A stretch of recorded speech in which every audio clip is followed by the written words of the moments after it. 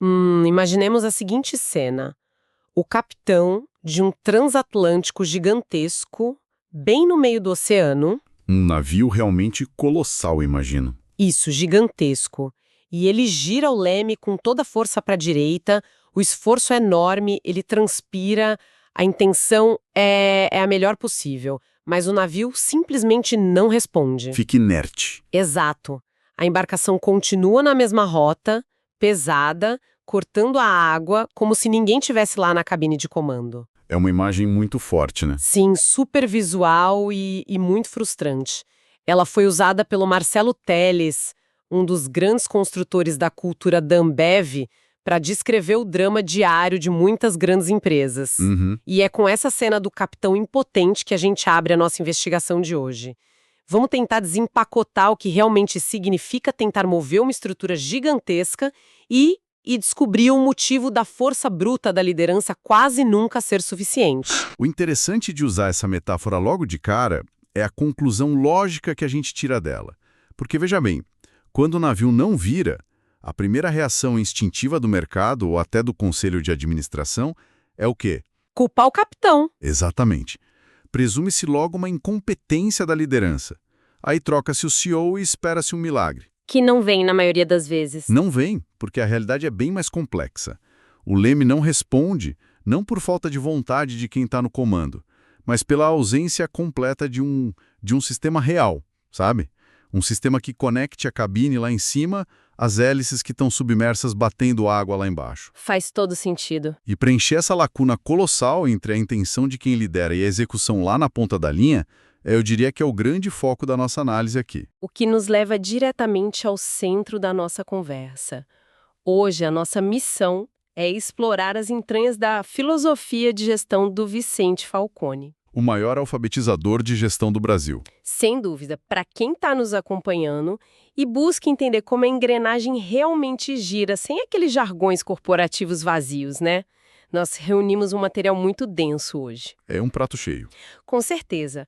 A base do que a gente vai discutir vem de 3 pilares que são quase assim leituras obrigatórias em qualquer grande corporação, que são o gerenciamento da rotina do trabalho, do dia a dia, o verdadeiro poder e o que importa resultado.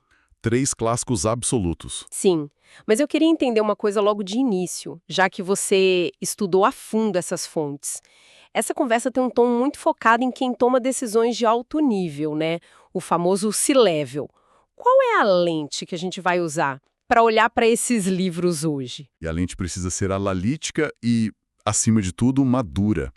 O nosso objetivo aqui não é fazer uma daquelas celebrações cegas, sabe? De um método infalível. Até porque nada é infalível.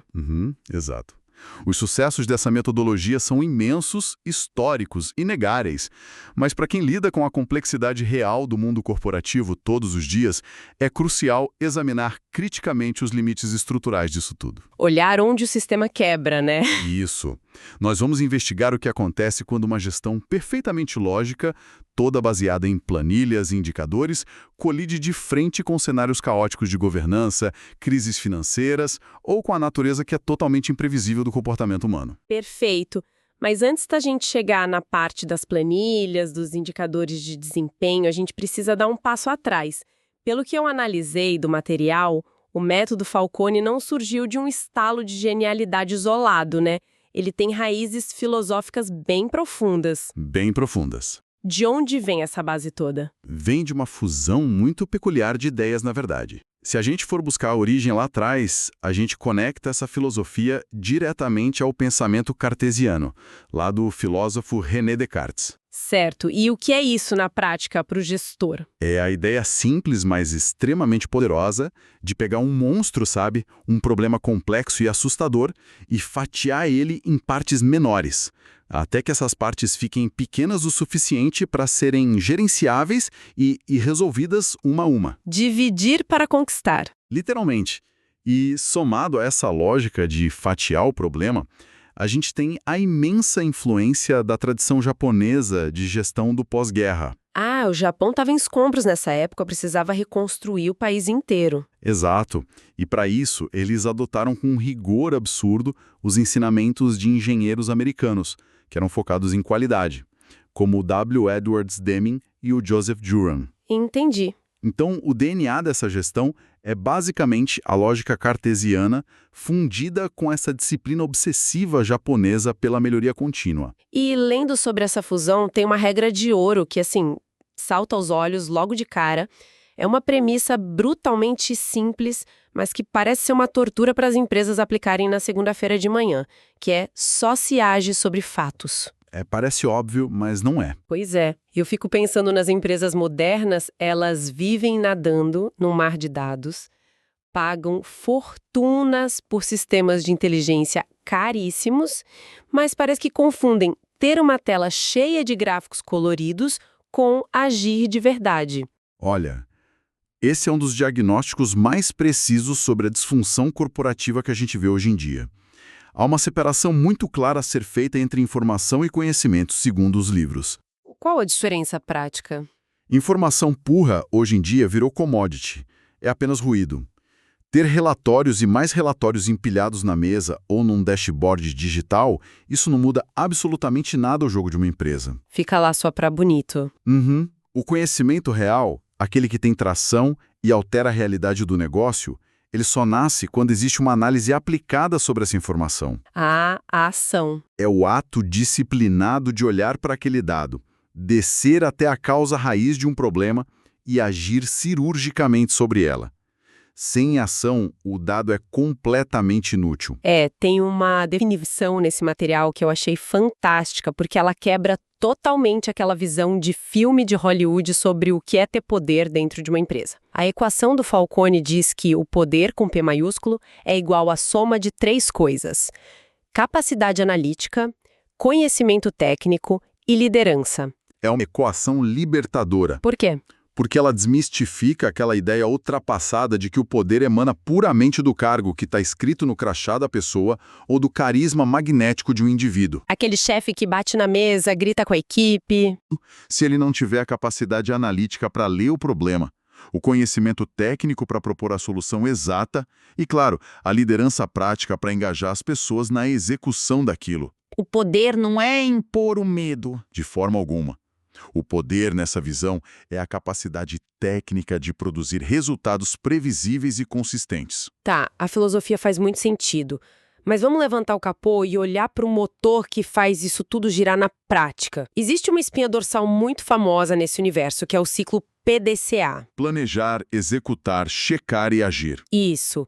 Muita gente já tropeçou nessa sigla em alguma reunião por aí. Mas me tira uma dúvida, tem um conceito que corre em paralelo ao PDCA que parece ser o verdadeiro pulo do gato da coisa toda, né? Qual é a grande diferença entre o PDCA e o SDCA? Olha, essa distinção, sem exagero, é o momento em que a ficha cai para muita gente que estuda gestão a fundo. É mesmo. Total. O PDCA tradicional, que foca na melhoria, é como fazer um esforço hercúleo para subir um degrau numa escada muito íngreme. A equipe nova corta um custo enorme, melhora um processo, todo mundo comemora. Exato.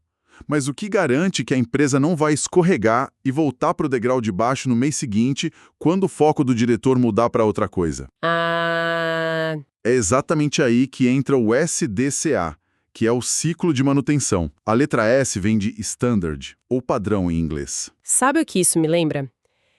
É aquela velha história clássica do mundo corporativo, a equipe faz um projeto de inovação lindo, a galera ganha bônus no fim do ano, estoura um champanhe, mas chega em fevereiro do ano que vem e o processo já virou uma bagunça completa de novo, porque ninguém documentou nada. Acontece o tempo todo. Ou seja, o SDCA seria tipo a trava de segurança nesse degrau da escada. Essa é a analogia perfeita. O SDCA é o processo deliberado de padronizar a rotina para garantir que a melhoria alcançada ontem, com tanto suor, se torne a base mínima inegociável de amanhã. A fundação. Isso. O que a metodologia defende é que, sem a estabilidade absolutamente chata, repetitiva e disciplinada do SDCA, qualquer tentativa de implementar melhorias contínuas é pura ilusão. A empresa fica patinando. Vira refém de um efeito sanfona eterno. Melhora num trimestre para mostrar ao mercado, piora no outro quando ninguém está olhando. Simplesmente porque a rotina não foi padronizada. E para não deixar essa rotina se perder, Os livros trazem um mecanismo chamado desdobramento de metas. Eu queria muito que a gente ilustrasse isso, porque a teoria parece simples, né? O presidente quer aumentar o lucro, então ele passa a meta para baixo. Só que não é só passar um número. Exato. Como uma meta bilionária viaja da cadeira da presidência até o chão de fábrica sem virar aquele jogo de telefone sem fio onde ninguém entende mais nada. A cascata precisa ser matematicamente perfeita. Imagine o presidente com uma meta de aumentar a margem de lucro. Ele não pode simplesmente virar para o motorista de caminhão da empresa e dizer, aumente o lucro. O motorista ia orar e falar, como? Não é acionável, não faz sentido para ele. Então a meta de lucro do presidente se desdobra na meta do diretor de logística, que passa a ser reduzir os custos de transporte em 10%. Certo, já ficou mais específico. Essa meta do diretor se desdobra para o gerente de frota, que precisa otimizar as rotas dos caminhões, que desce finalmente para a meta do motorista lá na ponta, que passa a ser, por exemplo, não deixar o motor do caminhão ligado enquanto estiver parado no pátio. Genial. O motorista entende exatamente o que precisa fazer. E a ação dele impacta o lucro do presidente lá em cima. Mas me explica uma coisa sobre como isso ganha vida na rua. Tem uma história super famosa da época em que o Jorge Paulo Lemann, o Marcelo Telles e o Beto Sicupira compraram a antiga cervejaria Brahma, nos anos 90, que formou a base do que viria a ser a Ambev. Um caso clássico. O cenário que eles encontraram era de uma cultura super fragmentada. Cada bar e cada distribuidor trabalhava de um jeito diferente. Como eles pegaram essa teoria toda do SDCA e do desdobramento e aplicaram na venda de cerveja? Eu ouvi falar de um tal de Projeto Forró. O Projeto Forró, ele foi liderado pelo executivo Bernardo Paiva, lá na rede de distribuição em Recife, e é talvez o maior laboratório prático disso tudo que a gente está falando. O que eles fizeram lá? Eles pegaram algo totalmente mundano e empírico, que era vender cerveja num bar, e aplicaram o rigor do método científico. Eles queriam isolar variáveis. Como um cientista num laboratório mesmo. Exatamente.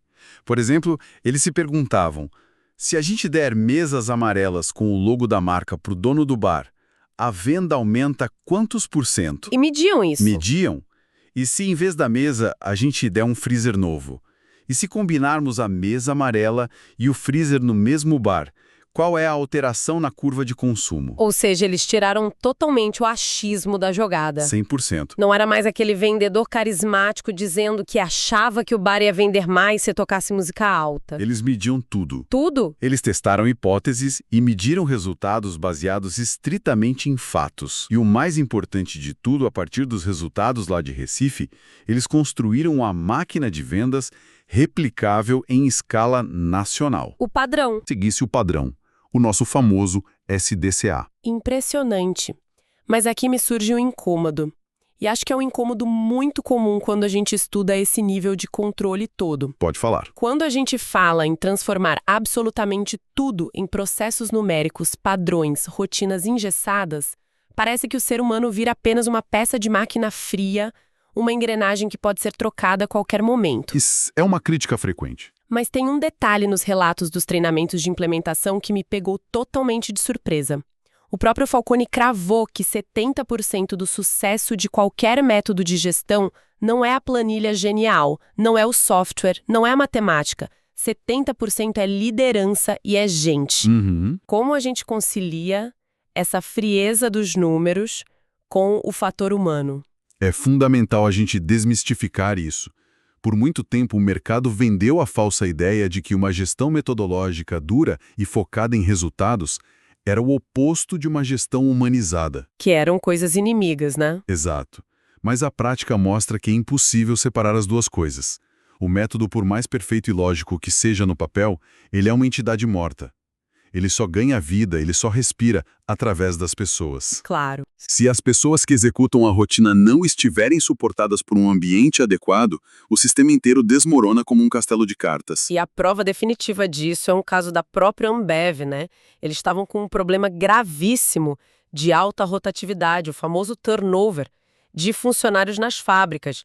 Imagina você ter uma diretoria extremamente analítica, lidando com operários pedindo demissão em massa. Uma crise operacional severa. O que qualquer líder comum acharia que era o problema numa hora dessas. Que o concorrente está pagando mais. Exato. Ah, a concorrência está pagando R$ 50 a mais, o pessoal está saindo por causa do salário. A primeira resposta do mercado é sempre o dinheiro, né? Sempre. Mas lembra da regra. Agir sobre fatos exige ir até o local do problema. E quando a diretoria foi investigar de perto o chão de fábrica, o diagnóstico real foi um choque de realidade para eles. O que eles descobriram? Não tinha absolutamente nada a ver com a folha de pagamento. Uau! As pessoas estavam indo embora porque a comida servida no refeitório era de péssima qualidade. Porque o ônibus fretado que levava os funcionários para a fábrica era um forno no verão e demorava horas no trânsito. E, principalmente, porque os banheiros dos operários estavam em condições deploráveis. Nossa, é muito básico. Aqui, a alta gestão encontrou de frente a velha e conhecida pirâmide de necessidades do Maslow. É fascinante pensar nisso. Como é que um diretor vai descer até o chão de fábrica e cobrar que um operário preencha um gráfico de controle de qualidade ou que faça o SDCA impecável se esse operário comeu mal e teve que usar um banheiro sujo? É psicologicamente e fisicamente impossível. A teoria do Maslow é implacável. Necessidades humanas fisiológicas e de segurança precisam ser atendidas antes que você possa exigir qualquer nível de engajamento em metas de produtividade. Vem primeiro. Sempre. Resolver a qualidade do arroz com feijão e a limpeza do banheiro era o pré-requisito obrigatório para o desdobramento das metas voltar a funcionar lá na Ambev. Isso muda totalmente aquela definição de liderança que a gente discutiu mais cedo. Liderança, então, não é fazer aquele discurso emocionado de fim de ano no palco da empresa com música de fundo. Liderança é o ato suado e diário de construir um sistema humano viável. Construir as condições. Isso, dar a ferramenta, a comida e o respeito básico para que as pessoas possam, aí sim, bater as metas. E a beleza da coisa é que, quando esse sistema humano está bem cuidado e o desdobramento de metas está afinadinho, da presidência até o operador, essa estrutura se torna capaz de suportar pressões que simplesmente destruiriam organizações normais. Verdade. O que nos leva ao maior laboratório de teste de estresse que essa metodologia já enfrentou no Brasil. E não foi dentro de uma corporação, foi em escala nacional. O apagão. O infame apagão de 2001, a crise energética. Para quem viveu aquilo, ou para quem estuda a economia política hoje, a tensão era palpável, né? O país estava à beira de um colapso total de energia, a economia ia parar. Um cenário catastrófico. E a meta nacional imposta na época foi brutal e inegociável. O país inteiro precisava reduzir o consumo de eletricidade em 20%. Era uma questão de sobrevivência literal. Como é que se pega a meta de um país inteiro e se aplica esse método? Analisando aquele evento sob a ótica da gestão que a gente está conversando, o apagão foi, muito possivelmente, o maior exercício de desdobramento de metas já executado na história global. Em volume de pessoas, com certeza. Pense na escala absurda dessa operação. Uma meta de 20% de corte não podia ficar presa numa sala com ar-condicionado em Brasília. Ela desceu do Ministério da Energia para cada governador de estado. E dos estados? Foi desdobrada para as associações de indústrias e comércio, e de lá desceu até o nível mais micro e íntimo possível. Chegou na porta da geladeira e no chuveiro da casa de cada cidadão brasileiro. Exato. As famílias acompanhavam o medidor de luz rodar lá fora como se fosse um placar de jogo. Todo mundo sabia sua meta pessoal de economia, se passasse, pagava sobretaxa ou tinha energia cortada. Era um pavor real. Era um acompanhamento diário, mas porque deu certo. Como um país de proporções continentais conseguiu bater uma meta unificada e evitar o colapso? Deu certo porque reuniu os 3 ingredientes essenciais que a metodologia prega. Primeiro, as metas eram inquestionáveis e cristalinas. Não havia área cinzenta sobre o que eram os 20%. Era matemática pura. Certo, sem subjetividade. Segundo, o senso de urgência era visceral. Não era uma meta para ganhar bônus no fim do ano. O país inteiro entendia a gravidade do apagão iminente. E terceiro, e eu diria que é o mais crucial, o acompanhamento diário. O checar do PDCA. Isso. O fato virou ação todos os dias, com a mídia e o governo monitorando e ajustando a rota publicamente. Esse caso provou por A mais B que o método consegue sair do ambiente corporativo e organizar o comportamento de milhões de pessoas, desde que a clareza seja absoluta. Ok, mas agora a gente precisa virar a chave da nossa análise aqui. Vamos lá. Porque se esse sistema é tão resiliente que salvou o país do escuro e criou máquinas de fazer dinheiro como a Ambev, por que ele às vezes falha? E falha de um jeito catastrófico. O que aconteceu quando tentaram levar esse rigor de planilhas e rotinas para dentro do setor público, em períodos mais longos, como nos governos de Minas Gerais ou do Rio de Janeiro? Essa é a reflexão que separa a teoria romântica da realidade dura do dia a dia. O método não opera num vácuo perfeito. Ele esbarra na vida real. Ele opera dentro de ecossistemas humanos e políticos pré-existentes. Quando a gente olha para as implementações em governos estaduais, há um padrão muito claro.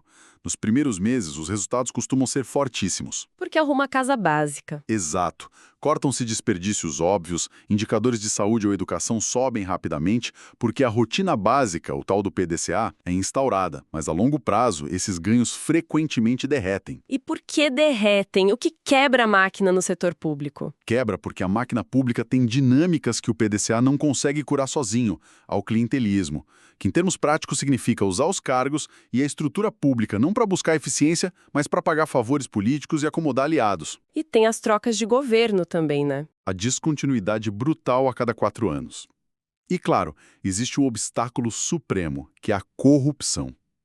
A constatação mais pesada que a gente pode fazer aqui, lendo as fontes, é que não há ferramenta de gestão que sobreviva à corrupção sistêmica. É incompatível. Totalmente. Lembra da regra número 1? Só se age sobre fatos? Pois bem, se os dados são manipulados para esconder desvios, ou se a liderança no topo tem interesses escusos em vez de buscar melhoria de verdade, o método fica cego, fica inútil. Ele organiza o trabalho, mas não conserta falhas de caráter estruturais. Faz muito sentido. Mas olha, não dá para jogar essa culpa só na política e no setor público. O setor privado tem exemplos de arrepiar também. Sem dúvida. Me explica uma coisa sobre o caso da Sadia em 2008. Todo mundo no mercado falava que o chão de fábrica deles era impecável, um verdadeiro relógio suíço. O método da rotina estava voando lá dentro.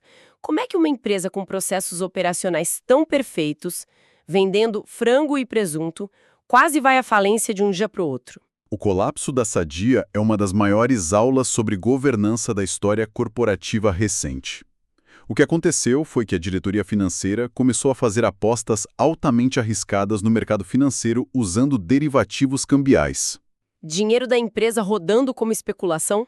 Explicando de forma bem simples, enquanto a fábrica suava sangue para economizar centavos na produção de um frango usando o método com perfeição, a diretoria, lá no topo, estava na prática operando num cassino. Apostando alto. Apostando bilhões na variação do dólar.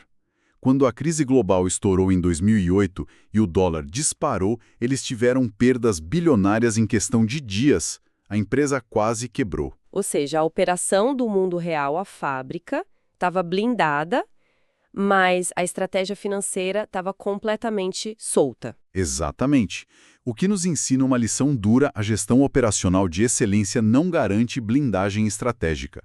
Sem um conselho de administração exercendo uma governança rigorosa, ditando os limites éticos e financeiros lá no topo da pirâmide, o melhor SDCA do chão de fábrica não serve para nada. É como o nosso transatlântico do início. A analogia do transatlântico volta com tudo aqui.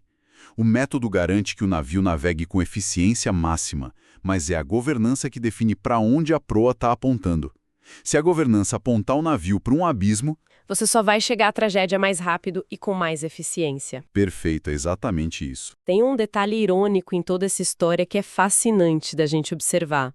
A própria empresa de consultoria que o Falcone fundou, que era o epicentro vivo desse conhecimento todo que a gente discutiu, enfrentou uma crise interna enorme há alguns anos. Sim, foi bem noticiado. Eles tiveram problemas de falta de sucessão clara, conflitos fortíssimos entre os sócios e acabaram precisando buscar um CEO externo no mercado para arrumar a própria casa. É o famoso ditado casa de ferreiro, espeto de pau, acontecendo no mais alto nível corporativo. Sim. Mas, prestando muita atenção na mecânica disso, esse tropeço interno deles não invalida a metodologia em si.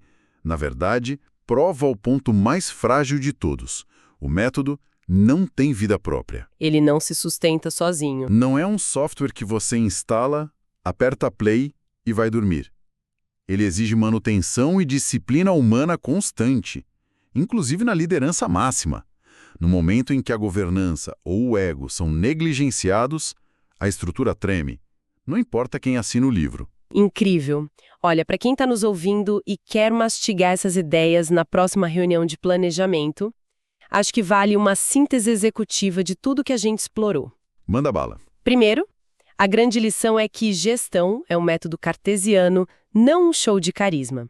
Segundo, que o lucro ou a economia são apenas as consequências lógicas de uma rotina chata, mas perfeitamente controlada. Terceiro, que uma meta que não é desdobrada até o operador da base é apenas um delírio poético do CEO. E o principal, sem governança forte no conselho e sem cuidar das necessidades básicas das pessoas, qualquer metodologia desmorona. O que, no fundo, nos joga para um questionamento que é quase filosófico e que o mundo corporativo precisa encarar de frente a partir de agora. Qual? Até que ponto um método analítico baseado puramente em fatos e métricas consegue, por si só, curar uma cultura organizacional adoecida pela vaidade ou pela falta de transparência? E, por outro lado, até onde uma cultura tóxica consegue destruir um método matematicamente perfeito?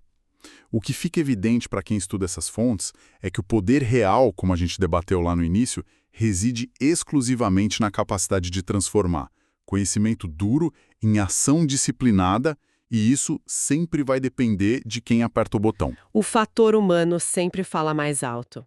E para encerrar nossa investigação de hoje, eu quero deixar um pensamento provocado por toda essa discussão. Uma reflexão para quem nos ouve levar para o fim de semana. Adoro essas provocações finais. Nós vimos hoje que a essência máxima da gestão aqui é transformar o caos da rotina em uma ciência padronizada e previsível, o tão falado SDCA. Mas pensem bem no cenário dos próximos 5 ou 10 anos, o que vai sobrar para a liderança humana corporativa quando a inteligência artificial e o aprendizado de máquina passarem a monitorar cada indicador, corrigir cada desvio e padronizar as manutenções da rotina de forma autônoma e perfeita. Essa é a pergunta do milhão. Se o algoritmo dominar a execução do método, será que o líder do futuro será puramente um gestor de governança ética e de comportamento humano, já que a máquina cuidará da planilha? Fica essa pergunta ecoando sobre o que nos espera no futuro da gestão. Muito obrigada por nos acompanhar e até a próxima investigação.